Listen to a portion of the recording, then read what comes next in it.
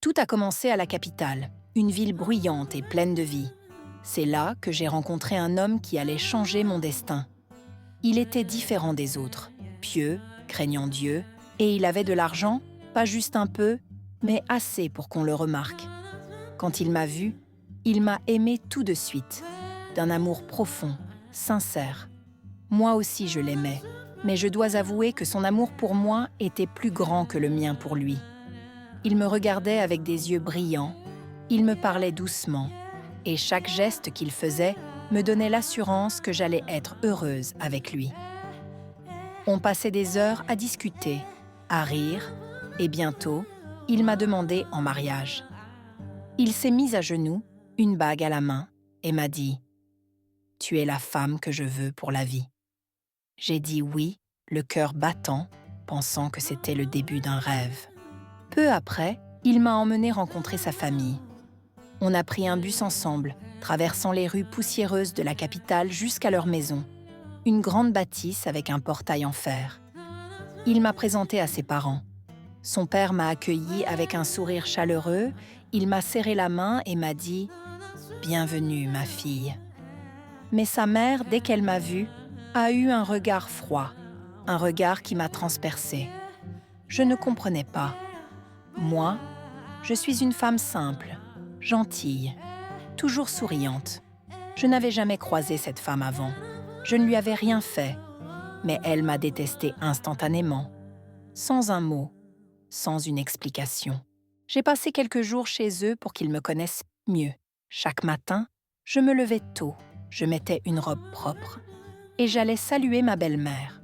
« Bonjour, maman », disais-je avec respect, un sourire aux lèvres. Elle ne répondait jamais.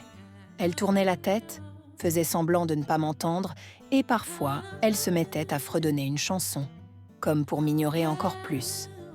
Je me demandais si elle était sourde. Alors je répétais, plus fort, « Bonjour, maman ». Rien. Elle continuait son manège, me laissant là, gênée, avec mon salut suspendu dans l'air. J'essayais d'être une bonne future belle-fille.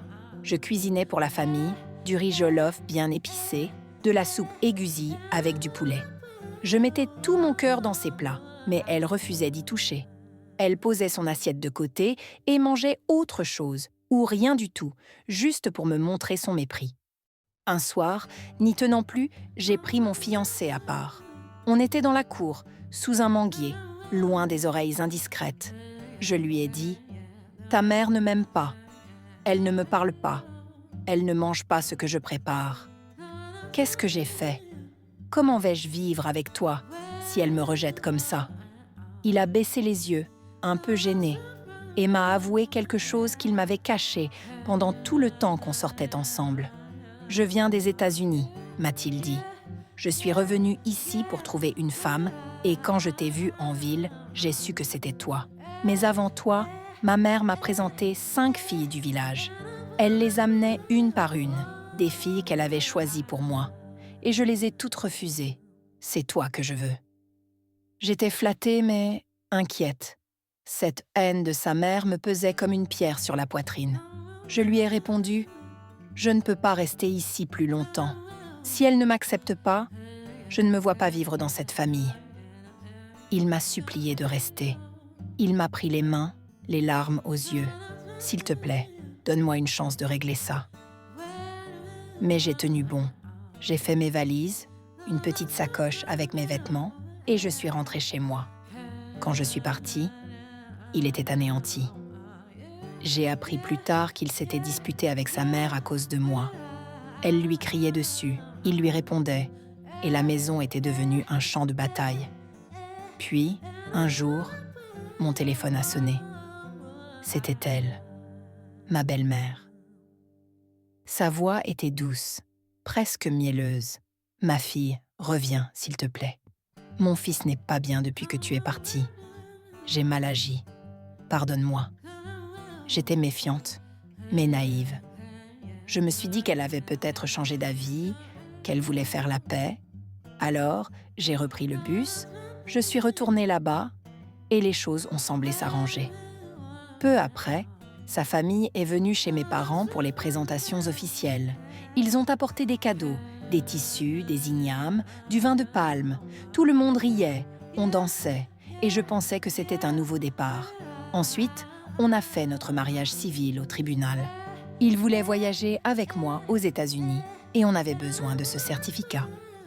Le jour du mariage, j'étais en robe blanche, lui en costume noir, et on signait les papiers avec des sourires. Je croyais que mon cauchemar était fini. Mais le lendemain, tout s'est écroulé. J'étais dans la maison avec mon mari et ma belle-mère. On discutait tranquillement quand quelqu'un a frappé à la porte. Un homme est entré, un inconnu, grand, avec une voix grave. Il a demandé à me voir.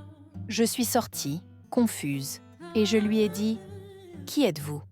Je ne vous connais pas. » Il m'a fixée et a répondu « Je suis ton petit ami. Pourquoi m'as-tu abandonné ? Après tout ce qu'on a prévu ensemble, tu me laisses comme ça ?» J'ai cru à une blague. « Monsieur, je ne vous ai jamais vu de ma vie !» ai-je crié. Ma belle-mère est sortie et là, elle a joué son rôle à la perfection. Elle a dit « Comment connais-tu notre nouvelle mariée ? Explique-toi !» L'homme a continué son mensonge. Il a dit qu'il m'avait demandé en mariage avant, qu'il était choqué de me voir mariée à un autre et qu'il m'avait traqué jusqu'ici pour me confronter. Mon mari était dehors, près de la porte, et il écoutait tout. L'homme parlait comme s'il me connaissait depuis toujours. Il citait mes plats préférés, le poulet frit et le plantain, ma couleur préférée, le bleu ciel, des détails personnels que je n'avais partagés qu'avec une seule personne. Ma meilleure amie. Ma belle-mère a dit à l'homme « Si tu la connais vraiment, appelle son numéro. » Il a sorti son téléphone, a composé un numéro et mon portable a sonné dans ma poche. On l'a sorti et sur l'écran, il y avait écrit « Mon amour ». Il a appelé un deuxième numéro que j'utilisais. Et là encore, « Mon amour » s'est affiché. Mon mari est devenu pâle, ses mains tremblaient. Moi, j'étais figée, incapable de parler. Cet homme avait même des photos de moi, des selfies que j'avais pris avec ma meilleure amie, des détails sur ma vie qu'elle seule pouvait connaître. Mon mari est rentré dans la maison comme un fou. Il a attrapé mes affaires, mes robes, mes chaussures, ma petite valise, et les a jetées dehors dans la cour. Ma belle-mère jubilait, elle criait « Je t'avais dit de ne pas prendre ces filles de la ville. Je t'avais ramené des filles bien, des filles du village, et tu as refusé. Regarde ce qu'elle t'a fait. » J'étais en larmes, je le suppliais. « Ce n'est pas vrai, je ne connais pas cet homme, écoute-moi. » Mais il ne voulait rien entendre. Il m'a prise par le bras, m'a mise dans une voiture et m'a ramenée chez mes parents. Il m'a laissée là, devant leur porte, avec mes affaires éparpillées, et il est parti sans un regard en arrière. En arrivant chez mes parents, qui était là ? Ma meilleure amie. Elle était venue, soi-disant pour faire un tour. On avait grandi ensemble depuis le collège, on avait fait nos études à la même université, on vivait dans le même appartement. On partageait tout, nos téléphones, nos secrets, nos rires. Je lui faisais confiance comme à une sœur. Alors, assise sur le vieux canapé de ma mère, je lui ai tout raconté en pleurant. Elle m'a écoutée, elle a crié contre mon mari. « Comment a-t-il pu te faire ça ? Tu n'es pas ce genre de femme, tu mérites mieux. » Elle jouait si bien la comédie que je n'ai rien vu. Pendant 8 mois, j'ai vécu chez mes parents, priant tous les jours, pleurant toutes les nuits, demandant à Dieu de me montrer la vérité. Je n'ai pas couru chez un marabout, je n'ai pas cherché de vengeance. J'ai tout laissé entre les mains de Dieu. Et puis, un jour, l'homme qui m'avait accusé est revenu. Il est arrivé chez mes parents, la tête basse, et s'est mis à genoux devant moi. Il m'a dit « Pardon, c'est ta meilleure amie qui m'a payé pour faire ça. Elle et ta belle-mère ont tout planifié. » Mon cœur s'est arrêté. J'ai appelé mon amie, je l'ai confrontée, et elle n'a même pas nié. Elle a pleuré, elle m'a supplié. « Oui, c'est vrai, ta belle-mère m'a donné de l'argent pour détruire ton mariage. Pardonne-moi. » Mais comment pardonner ça ? Elle avait vendu ma vie, mon bonheur, pour quelques billets. J'étais brisée, encore une fois. Aujourd'hui, mon mari sait la vérité. L'homme a dû lui parler, je ne sais pas comment, mais il est revenu vers moi. Il me supplie de reprendre notre mariage. Il m'appelle tous les jours, il vient chez mes parents, il dit « Je me suis trompé, reviens, je t'aime ». Mais ma belle-mère, elle, reste muette. Pas un mot, pas une excuse. Pendant ces 8 mois, j'ai prié sans relâche. Et Dieu m'a montré qui étaient mes vrais ennemis.